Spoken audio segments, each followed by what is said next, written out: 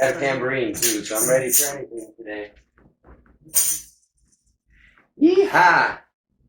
Welcome to Celebrate Scripture. Just a programming note. So,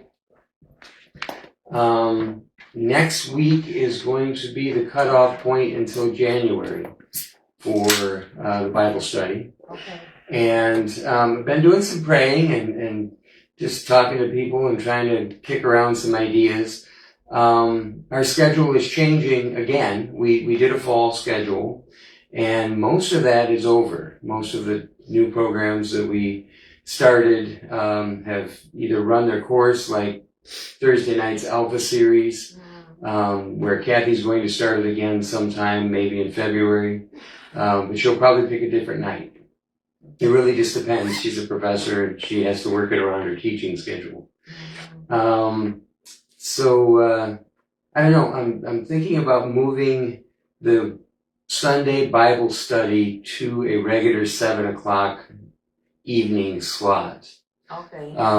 And I thank you guys for cutting into your Sunday afternoon fun time to be here. But the fact is, I'm having difficulty.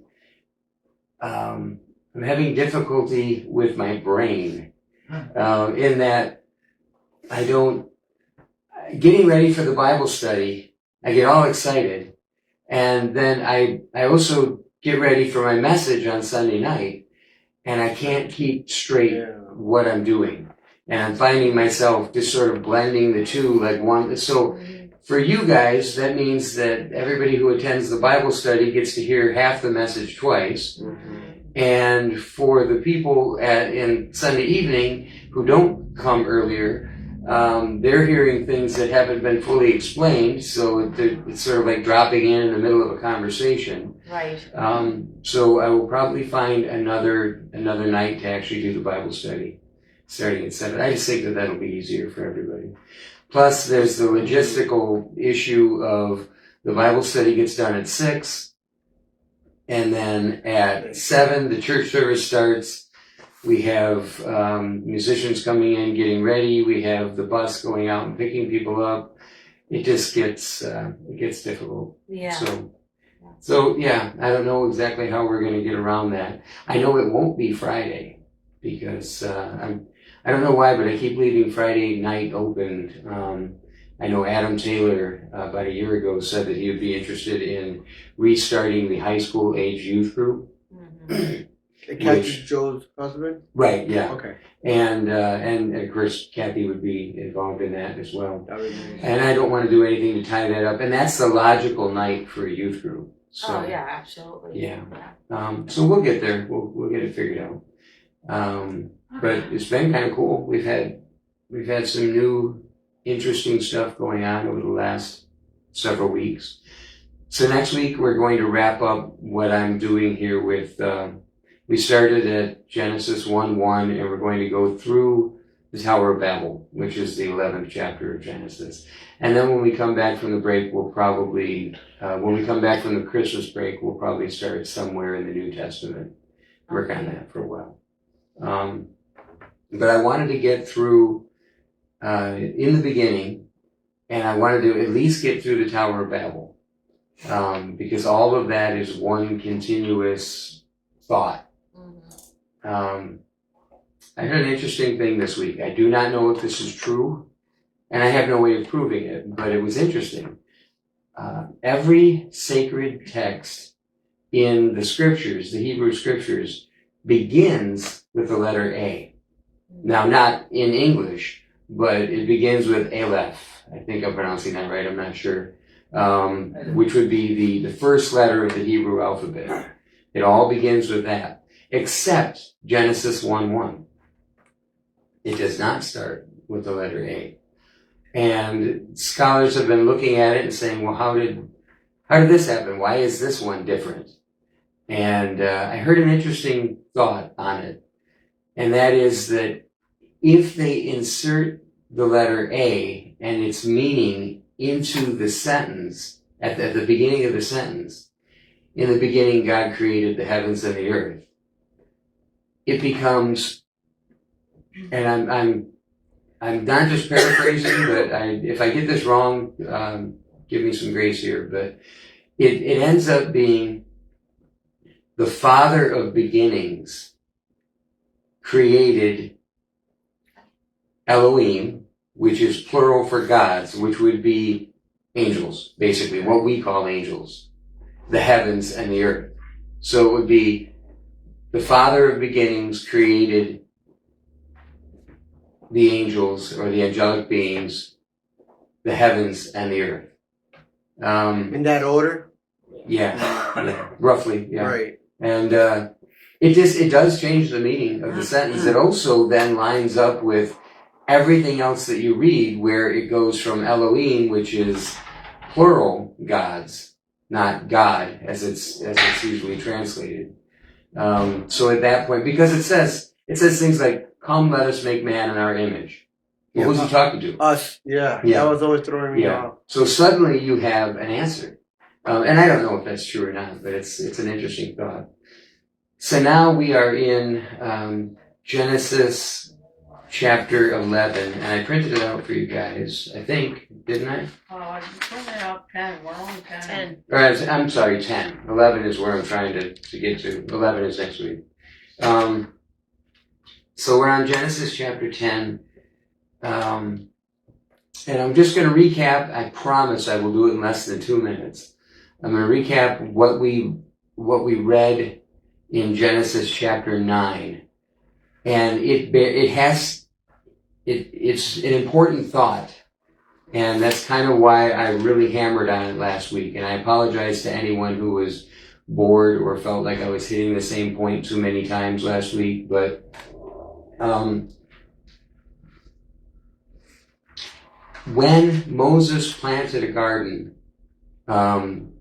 of grapes, made wine, got drunk, Noah. and then, I don't know why I mix those two up all the time. I also say Jonah in there too, just interchangeably.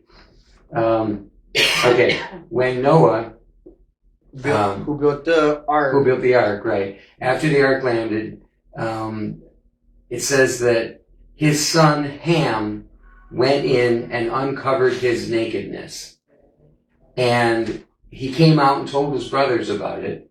His brothers went in and very respectfully covered up his... Walk backwards. Yeah, walked backwards. But then it says that Noah, who is not Jonah, came out, and when he saw what had been done, when he understood what had happened, he cursed Canaan. Well, why would you curse the grandson? I mean, why would you curse your grandson over something your son had done? And it's because uncovered the nakedness of is an idiom. An idiom is a phrase that doesn't have a meaning.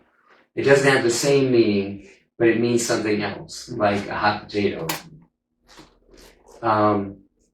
So what happened there, according to Bible scholars, that phrase "uncovered the nakedness of" means to have sex with someone. But when you uncover the nakedness of a man, it can actually mean, and in this case, the other words around it support it, it means having sex with that person's wife. And so basically what it is saying is Ham had sex with his mother. And by inference, if you then just keep going with that sentence, the product of that union was Canaan. And that's why Canaan was cursed. It was the product of the incest. And you think, why would anybody do that? That's horrible. Well, first off, you have to remember that all of those people grew up in the pre-flood world that was so wicked that God destroyed it. But it was also a common practice in that era and afterwards too, because it happened to King David. If someone took over a kingdom, to usurp a kingdom, to take over a bloodline and make it their own, they would go in and have sex with their wives and concubines to show dominance, to show I am the boss. Well, if he didn't tell his brothers what he had done, no one would know. So he was basically inserting himself into the bloodline in front of his own father. And his own That brothers. was yeah, and over his brothers, because he was the youngest. He wasn't the oldest. So I know that's a really difficult thing, and like I said, I beat it to death last week because so much of what happens next is based on that. And if you just blow past it in the Bible because no one's ever shown it to you, then it gets really confusing. There's so many things in the Bible where we read it with our eyes, our, whatever century we're, our modern eyes and our modern culture. We read it and we go, what? That doesn't make any sense. And then your brain shuts off because it doesn't mean anything to me. It's like reading the genealogies, which is actually what we're going to do today. It's so easy for your brain to just shut off because you're like, oh, this word I can't pronounce, followed by that word I can't pronounce, followed by that word I can't pronounce. And every once in a while you'll see a name and you'll go, I've read that somewhere, but I don't remember where. But the fact was he was establishing himself as it's really not in the bloodline. He was establishing himself as being superior than his brothers and what was going to come next. Not unlike are any of us dog owners? I'm a dog owner. Kathy knows where I'm going. I'm a dog owner. If you have dogs, you will notice that one dog will pee somewhere and one of the other dogs will come right over and pee over that spot. They're establishing dominance. They're establishing who's the boss. What's that? We got 2 cats at home. Do cats do that too? Yes, they do, because if the oldest one goes and pees in a certain spot, the little one does. I know some cats. Yeah. Yeah. Yeah. Roger and I don't do that, by the way, just so that no one's questioning anything that's happening here today. I sit down. On that happy note, Diane, would you open us in prayer and then we'll get into what we're doing? Dear Heavenly Father, we are very thankful that we are able to gather for a Bible study on this really cold and frigid day. We just listen that we are about to resonate in our bodies, and we'll all lift up Bob in prayer, and hopefully things are going well with him while he's in the hospital. We Christian name pray. Amen. Amen. So, remember who we're talking about here. You've got Cain, who is the first murderer. You've got Cain, who is angry with his brother, who kills his brother, right? Then, the next time you see a word with that as its root word in there, you have Canaan, which is the son of you've got Canaan, who is the son of Ham. And then eventually you have the Canaanites, which are the chief rivals for the promised land of the Hebrew children when they come out of bondage in Egypt. And if you poke around the Old Testament enough, you'll find that these same names keep coming up over and over and over again. Okay. And this chapter in the book of Genesis tells you why you keep seeing the same enemies and the same friends. Okay, so do we all have the genealogical table of the descendants of Noah? I think I printed them out, okay? They were on the center table if you need one. This is also called the Table of Nations, if you hear people talking about the Bible. Do we all have Genesis chapter 10 in the ESV, yes. English Standard Version? Yes. Okay. So now, we've had this episode with Ham and his mother, and eventually Canaan. So we're starting the next chapter. These are the generations of the sons of Noah: Shem, Ham, and Japheth. Sons were born to them after the flood. So before the flood, it was just the 8 of them on the ark, the 4 men and their spouses. And now it gets into the children that are being born in the new land after it's been cleansed. The sons of Japheth: Gomer, Magog, Madai, Jovan, Tubal, Meshech, and Tyrus. The sons of Gomer: Ashkenaz, Rephath, and Tagarma. I should have, honestly, I should have Anhar read all these, because I'm sure you would just tear them apart. But from these, the coastland people spread in their lands, each with his own language, by their clans in their nations. The sons of Ham: Cush, Egypt, Put, Canaan. The sons of Cush: Seba, Havilah, Sabta, Ramah, and Sabteca. The sons of Ramah: Sheba and Dagon. Cush fathered Nimrod, who was the first on earth to be a mighty man. He was a mighty hunter before the Lord. Therefore it is said, like Nimrod, a mighty hunter before the Lord. The beginning of his kingdom was Babel, Erech, Akkad, and Calneh in the land of Shinar. From that land he went into Assyria and built Nineveh, Rehoboth, Calah, and Rezin, between Nineveh and Calah, that is the great city. Egypt fathered Ludim, Anamim, Lahabim, Naphtahim, you see where I'm going. And then it says, from whom the Philistines came, and another person with probably an F sound in the middle of their name. Canaan fathered, we'll just power through this and I'll come back. Canaan fathered Sidon, his firstborn, and Heth, and the Jebusites, and Amorites, and Girgashites, the Hivites, the Arkites, the Sinanites, the Arvadites, the Zemarites, and the Hamatheites.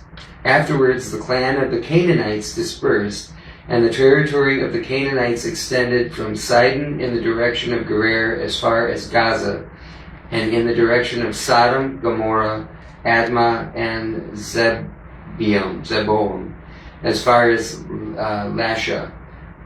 These are the sons of Ham by their clans, their languages, their lands, and their nations.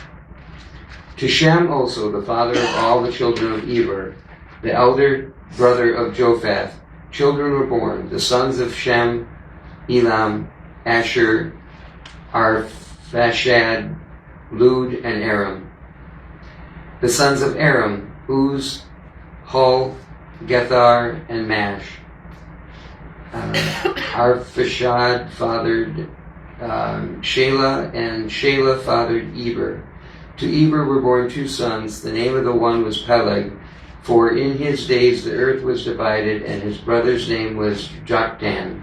And Joktan fathered Almadad, Shelah has a whole bunch of people here. And Sheba. And okay, when you get there, bear with me here, I'm tripping over my words. By the way, the first time I attempted to read the Bible from beginning to end, which is not a good idea until you've read some of the other stuff first, but the first time I ever tried, I got about here, and my eyes dried out and rolled into the back of my head, and I fainted, and I'm not sure that I picked up the Bible again for a long time. Simply because you just run into a whole bunch of words in a row, you don't know what any of them mean or what they connect to. But at the end of that line, verse 29, and Jobab. Jobab's got a whole book in the Bible. It's called the Book of Job. Jobab was a king, and his book in the Bible, there's a story about him called the Book of Job. All these were the sons of Joktan. The territory in which they lived extended from Mesha in the direction of Sephar in the hill country to the east. These are the sons of Shem by their clans, their languages, their lands, and their nations. These are the clans of the son of Noah, according to their genealogies in their nations, and from these nations from these the nations spread abroad on the earth after the flood. I'm hyperventilating here. Not all of these are people names. Some of them are the names of clans and types of people. Some of these are the names of places. So what's the deal?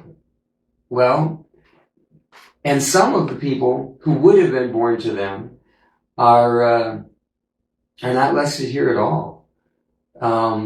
The Bible has this thing about the number 70. There's 70 nations. There's 70 angels in the divine council. It has something about the number 70 that has some importance. And I'm not going to sit here and say I understand it, because I don't, but it's there. And a 7 is always considered the number of perfection or completion, with 8 being the number of new beginnings. Mrs. Archambault, you're giving me that look. I want you to go back to the sons of Ham. I Oh, want to talk about Nimrod. Oh yeah, I'm going back to all that. But so when you read this, when you look at this table, and there's a few names in here, I don't know what translation I got on this, but when you look at this table of the genealogies, some of these names are different depending on the translation. For instance, I was interested after I pulled it off of the internet. It must be true because it's on the internet. It didn't, this name, Mizraim is actually the name Egypt. So some of these are people groups. Some of them are individuals. For instance, Nimrod is an individual. All sorts of place. Yeah, exactly. So if I want, just for a second here, I want you to take a look at a couple things. Before I dig into the exciting part. Noah, Japheth, Javan, and the second one down. By the way, there's 2 Elishas in here. They are not Elisha the prophet. This is way before. But where it says Tarshish, that's not Tarsus, which is a city in Turkey, I think. Yeah, which is where the Apostle Paul comes from. It's the old word for Spain. Oh. And bear that in mind, because in the book of Romans, Paul says that he is in Rome. He's going to stop by and see somebody after that, and then he's going to go on to Spain to tell them about Jesus. And that actually has bearing on what we're talking about today. Yeah. And the names was just the start of the beginning was Noah, Japheth, Ham, and Shem. All this is what language or what culture? Well, it would have been, when it was written down, it was Hebrew. Okay, so it originated from... But this would have been before. Because it was before the Hebrew. But Right, Bible, yeah. Because we don't It's actually Arabic get Hebrews language. until... It's Arabic language. Yeah. That's what the Jesus Bible spoke on it when he came in. Yeah, Aramaic. There is about 5 names here. You said Mizraim. Mm-hmm. It's a name for people from Egypt, because Egypt in Aramaic is Masr, Mm-hmm. and people like Americans Right. is Masriyin. That's what it's Okay, all right. Sham, Yeah. it's also a place in Syria, between Syria and Lebanon too. Mm-hmm. What else you got here? A lot of them. Yeah. Aram. Also, Yeah. Nineveh, it's right now, it's Mosul in Iraq. That's in Nineveh too. Okay. So, yeah, remind me to come back to Paul and Spain, just because that's actually sort of the last thing I'll talk about. Jobab, of course, is Job, and it's beyond the scope of what we're doing to really tear this apart. But you can do this with any of the genealogies that are listed in the Bible. They're not there because they had to fill up enough pages to make a book. Those things are there because they had true meaning, even if it isn't a direct list of this was the father of this and this was the father of that. They're there because each one of these entries tells another story. And of course, we don't have the story because we don't have the Bible, again, the Bible is a story of God's interaction with a certain people group during a certain time period.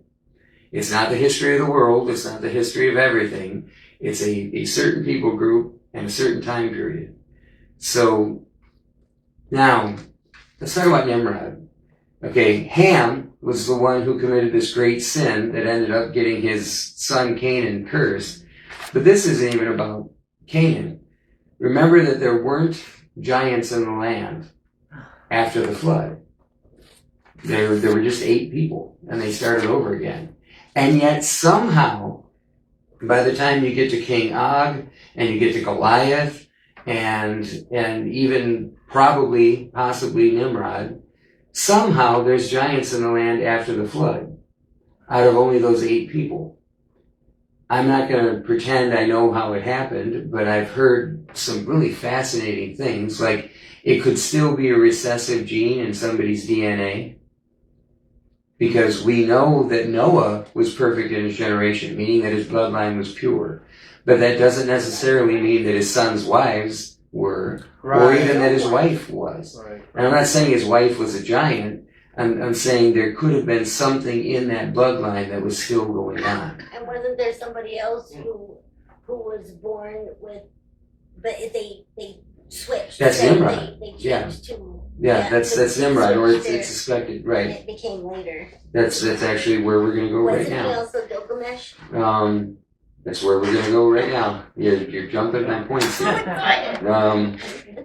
Okay. There's not a whole lot about Nimrod in the Bible, but it is believed that Nimrod is the one who, the very next story in the Bible is the Tower of Babel. And the Tower of Babel was actually a city in the plains of Shinar, which is an area that the Bible says that Nimrod was the one who built all the great cities. Okay, so I'm just going to read. This is off a website.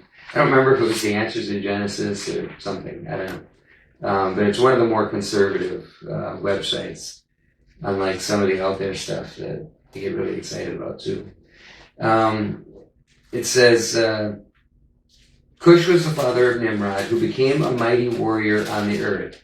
He was a mighty hunter before the Lord. That is why it is said, like Nimrod, a mighty hunter before the Lord. The first centers of his kingdom were Babylon, Uruk, Akkad, Calneh, and in Shinar. From that land he went to Assyria, where he built Nineveh, which was between Nineveh and Calah, which is the great city. What does mighty mean? So you're just going to do this all day, aren't you? See, we went through this earlier today, so we're both kind of jazzed about some things. But okay, first off, this word, mighty hunter. Now, it says the same sentence a couple of times in a row, and anytime the Bible does that, it's not wasting words. It's trying to bring a point out. It says that Nimrod became a mighty warrior in the earth. He was a mighty hunter before the Lord. That's why it said, like Nimrod, a mighty hunter before the Lord. He became a mighty hunter. He made a transition, right? Isn't that what became means? It means you've made some sort of a transition from one thing to another. I read a fascinating book about how a possibility as to how the Nephilim continued, meaning the giants from before the flood, and that is that it was in the DNA of some of the people who were on the ark, and that DNA can be activated by something. Well, how did that DNA first get created? It was created by sexual perversion. What is perversion? It's where you take something that God intended in a certain way and you twist it. That's what perversion means. And so how were the Nephilim created? They were created by an unholy marriage and sexual union of angels and human women, the daughters of Cain. So that's how their DNA was formed, separately from the way other human beings on the planet existed at that time. There are passages in some of the other texts in some of the Apocrypha where it talks about how Nimrod had engaged in sexually perverse practices, and it literally changed his nature. It began to change who he was and how he was. And the Bible hints at it here, and I'm not going to sit here and say it's the gospel truth, but it is a theme that reoccurs over and over and over again in the Bible. How was Canaan created? By Ham having a perverse relationship. And over and over again, you see this. Like a trigger, like a domino effect. Yeah, and so it said he became a mighty warrior. And then it says mighty hunter before the Lord, and that's why it says like Nimrod, a mighty hunter before the Lord. That can be interpreted that way, but most of the places in the Bible, those words are interpreted differently. In other words, when you read the Bible, you'll see the same word, and you'll see it over and over and over again. And you go to the Strong's Concordance, and it tells you what that word means. And sometimes the word is just used differently. For instance, God put Adam into a deep sleep and opened up his side and pulled out a rib, right? But that word is never anywhere else in the Bible used for the word rib. There's another word that's used for rib. I don't know what it is, but it's a completely different word, and it's always used everywhere else in the Bible when it says rib. But that word that's translated rib in Genesis is half. It means half in English. God opened up Adam and pulled half of him out and called it woman. It wasn't a rib, it was half of him. This perfect man that would carry on the generations, that would be what God built all of his kingdom on. He took half of him out, made it someone so that they could produce children. So that's an example of a word that is used. So in this particular sentence where it says Nimrod was a mighty hunter, that expression actually means that he was in rebellion against. So he wasn't a mighty hunter before the Lord. He was in rebellion against God. Yet again, the product of this twisted sexual union eventually creates something that is at odds and in rebellion with God. And we see it over and over and over and over again in the Bible. Yes. I have heard, I've been Nimrod. That's like a slur in modern present. Yeah, okay. It is. I think it's an album by Green Day too, if I'm not mistaken. Yeah, Nimrod. Yeah, Green Day. So he was. Go ahead. I'm sorry, but I heard another translation for the half you're talking about. Mm-hmm. It's called half because it's only one side of the chest rib, like a rib goes like from both left and side, left and right. I'm sorry. So when they say half, it was only one side. That's what I heard too. Oh, okay. Okay.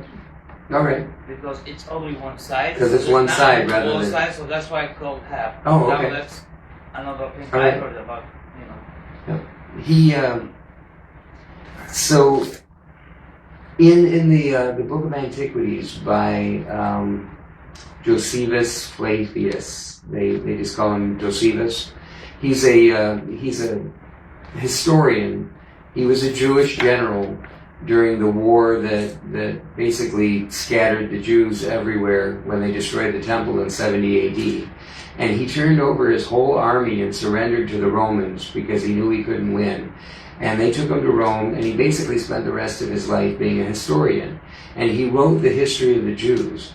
And he talks about this particular situation, and he says in his Antiquities, his book of Antiquities, he says that it is rabbinical tradition that Nimrod set himself against God and vowed that he would get back at God for destroying the earth, and that he had a vendetta against God, which certainly explains why they built the Tower of Babel, with this idea of showing themselves a great nation.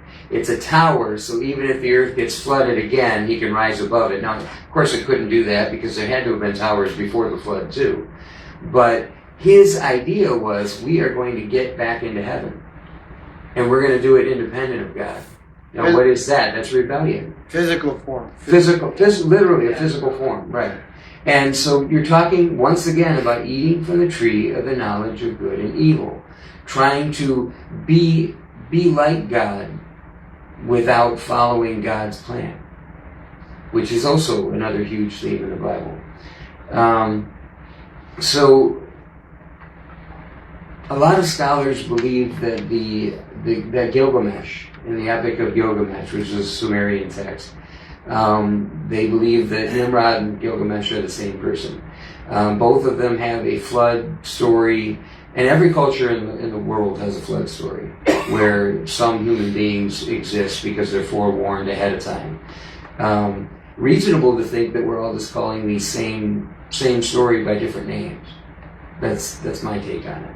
But anyway, Gilgamesh, if Gilgamesh is Nimrod, then there's a lot of information about him. I'm not saying he is or he isn't, but that's a popular theory. And if you want to know about the Epic of Gilgamesh, it's a fascinating story. Just go read it. But remember that the Sumerians saw Gilgamesh as a hero. And in the Bible, all of the giants, all of the Anunnaki, all the Nephilim, they're all considered bad guys. So in the story, the way it's told by God's people, by the Hebrews, by the Israelites, in this story, in the Bible, the giants are always the bad guy. But in mythology, Roman mythology, Greek mythology, Norse mythology, and all throughout the rest of the world, the giants are the good guys.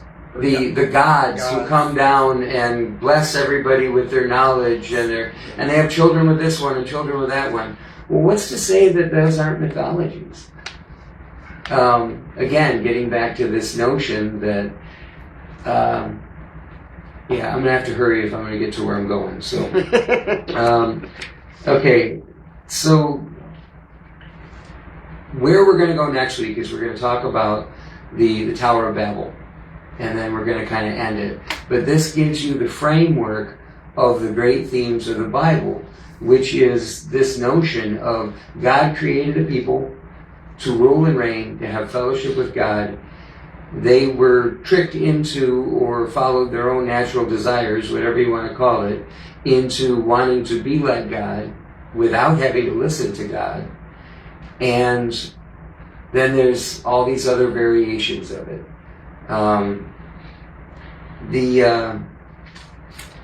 Let's see, I'm trying to think.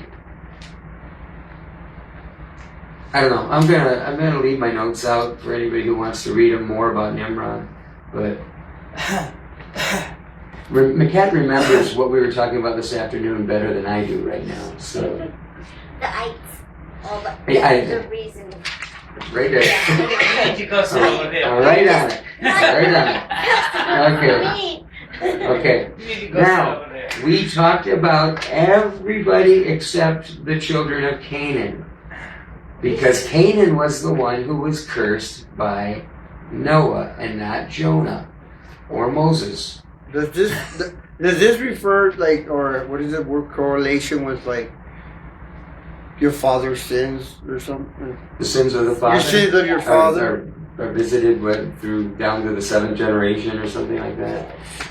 Do they have There are any- generational curses. There are generational curses to this day. right. If you have curses on your bloodline from incest or any sort of, horrible things that have happened 2 or 3 generations back, those are in your bloodline.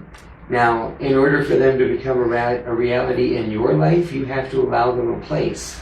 You have to allow them. So in other words, I am not, whatever sins my father committed are not my sins.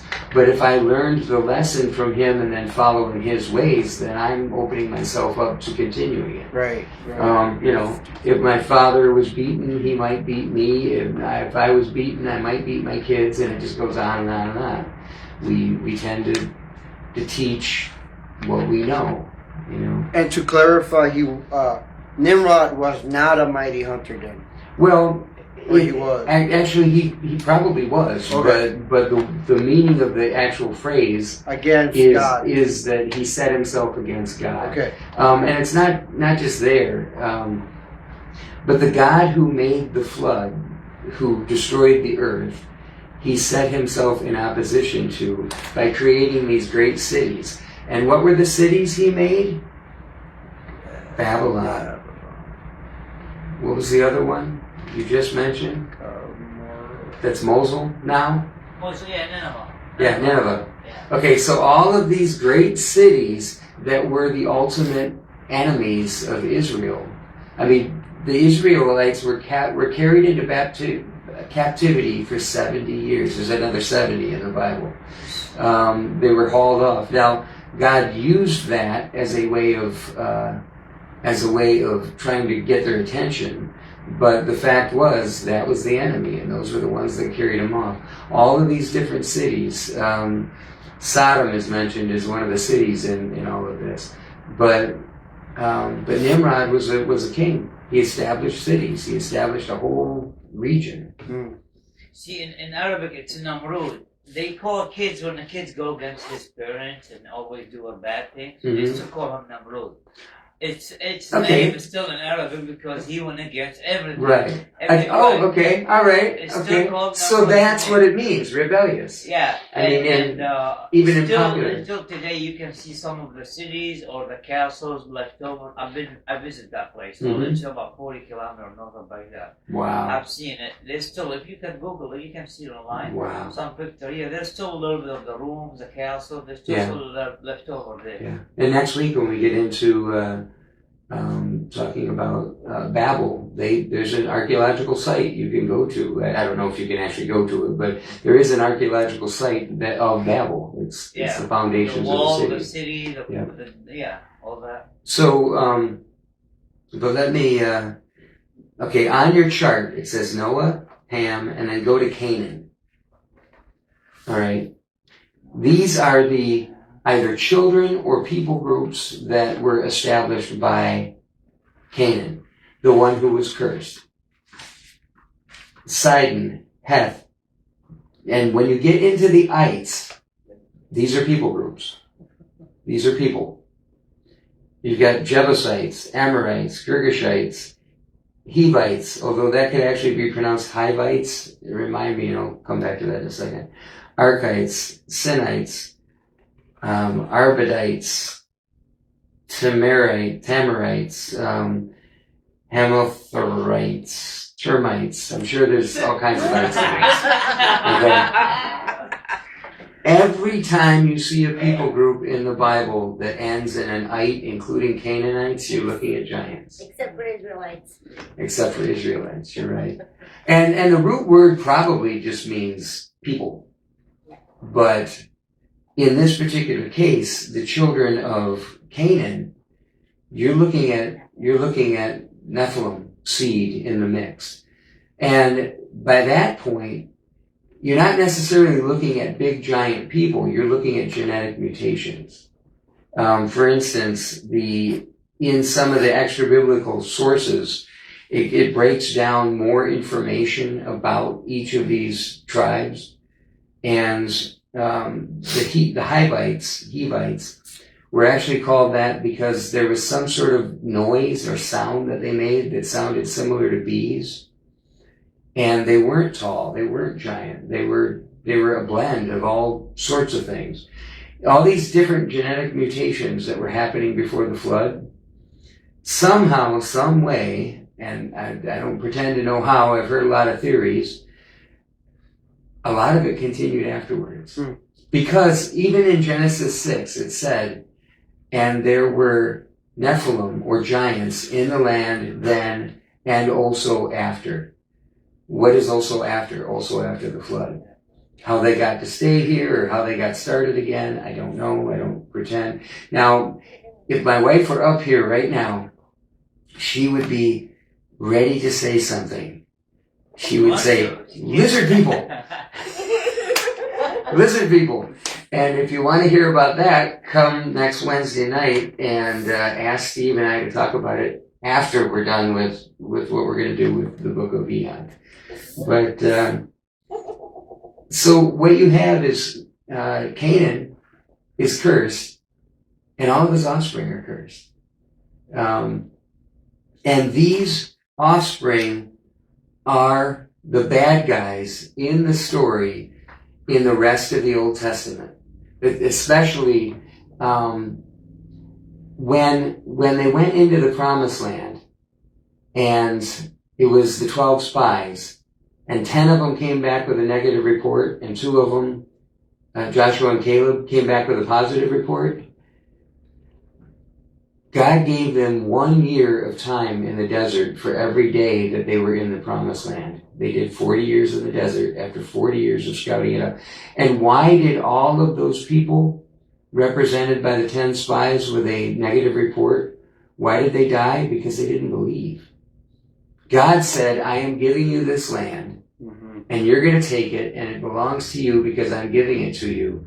And they went in and said, there's lions and tigers and bears, oh my. We can't do that. We are as grasshoppers in their sight and in our own sight also. Why did, after the Tower of Babel, it said that God started over again? God said, I'm divorcing you people. I'm done with you. Which gets right back to the list of the 70 nations. It gets back to the angelic, or the divine council. So we're going to cover these concepts as we go forward, but he was looking for faith.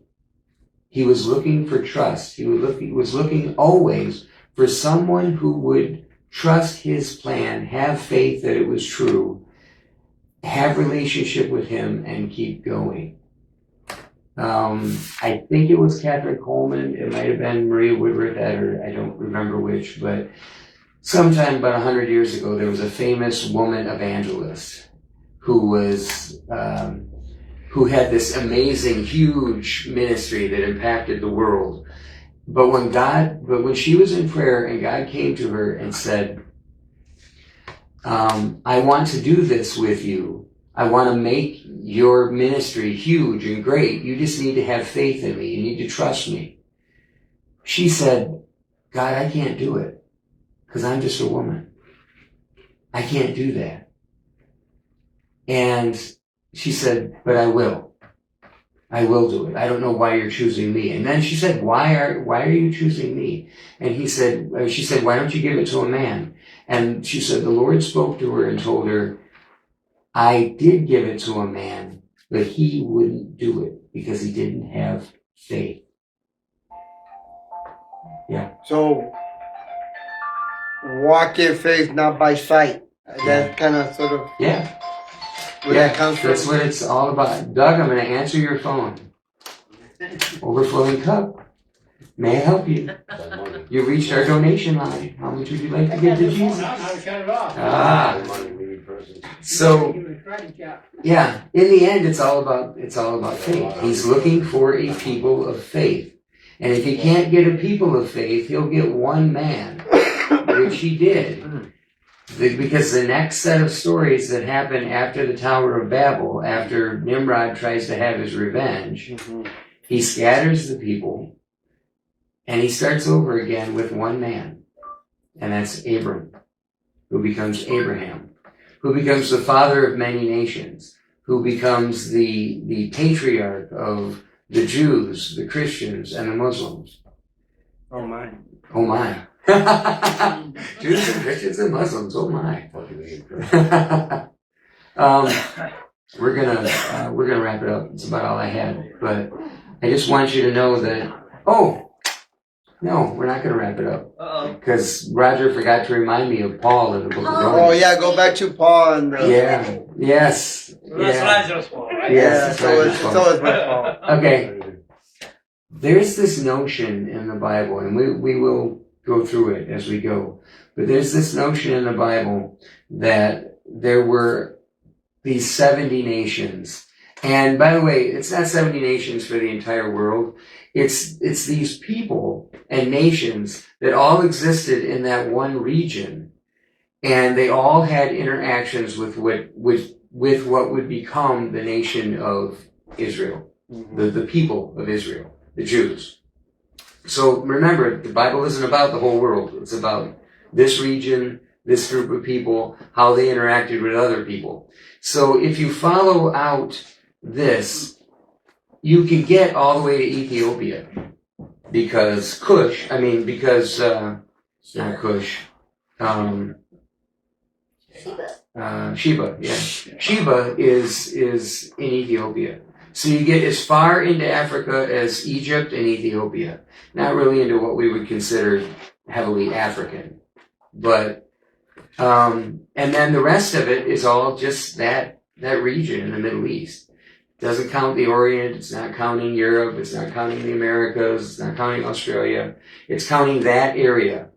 But there comes a point after the Tower of Babel where God issues a divorce decree to the people. He's like, I'm done. Now that's just a metaphor, but he's like, I'm done with all of you. And he puts angels of his divine counsel over these nations. He places angels over these nations and tells them, you run them. You watch out after them. You make sure they're okay, because I'm sick of it. And and as a matter of fact, they screw it up. They screw it up big time. And God calls his divine counsel together and brings those same angels together in Psalm 82, the beginning of Psalm 82. And he says, I gave you a job to do. You had one job to do, and you screwed it up. Now they're worshiping you. You're leading some astray. Some of you are doing better jobs than others. And I'm paraphrasing, obviously. But he says, but because you screwed this up so bad, even though you're immortal, you're going to die like men. And, and I'm not saying that he just smoked them immediately, because he also said, you will surely die by eating from the fruit of the knowledge of the tree of the knowledge of good and evil. So sometimes dying takes a while.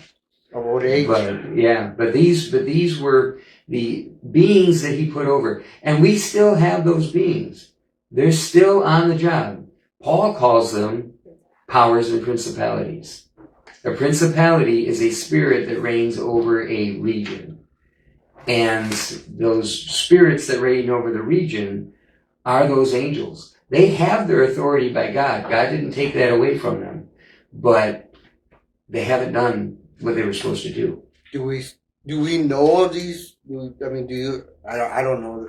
Well, we are supposed to pray against the powers and principalities. We know one of them, definitely, because in the book of Daniel, Daniel prays to God, and the angel that was bringing the answer back to God was stopped by the prince of Persia, which would have been an angelic being that had reign over that area.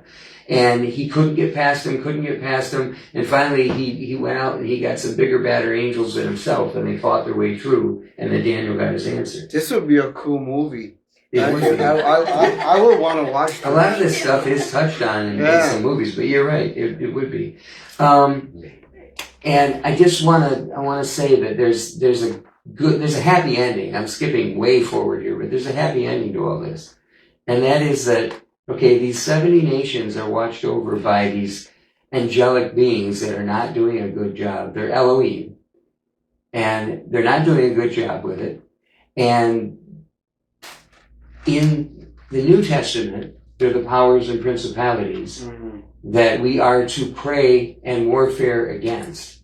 We, believers. But if you read the book of Acts, every single one of these nations, not necessarily by name, because remember, place names change. Tarshish becomes Spain. So it's place names change and borders move and they blend and all that kind of stuff. But every one of these areas, if you just draw a map of all these places that are sort of name checked here, they all have the gospel preached to them first after it's preached in Judea and Samaria. Why? Because God's children would have been dispersed all over in these different places. I mean, Ethiopia had Jews in it because the Queen of Sheba brought the knowledge of that religion with her from Solomon. So all of these places are mentioned as the gospel being preached to them.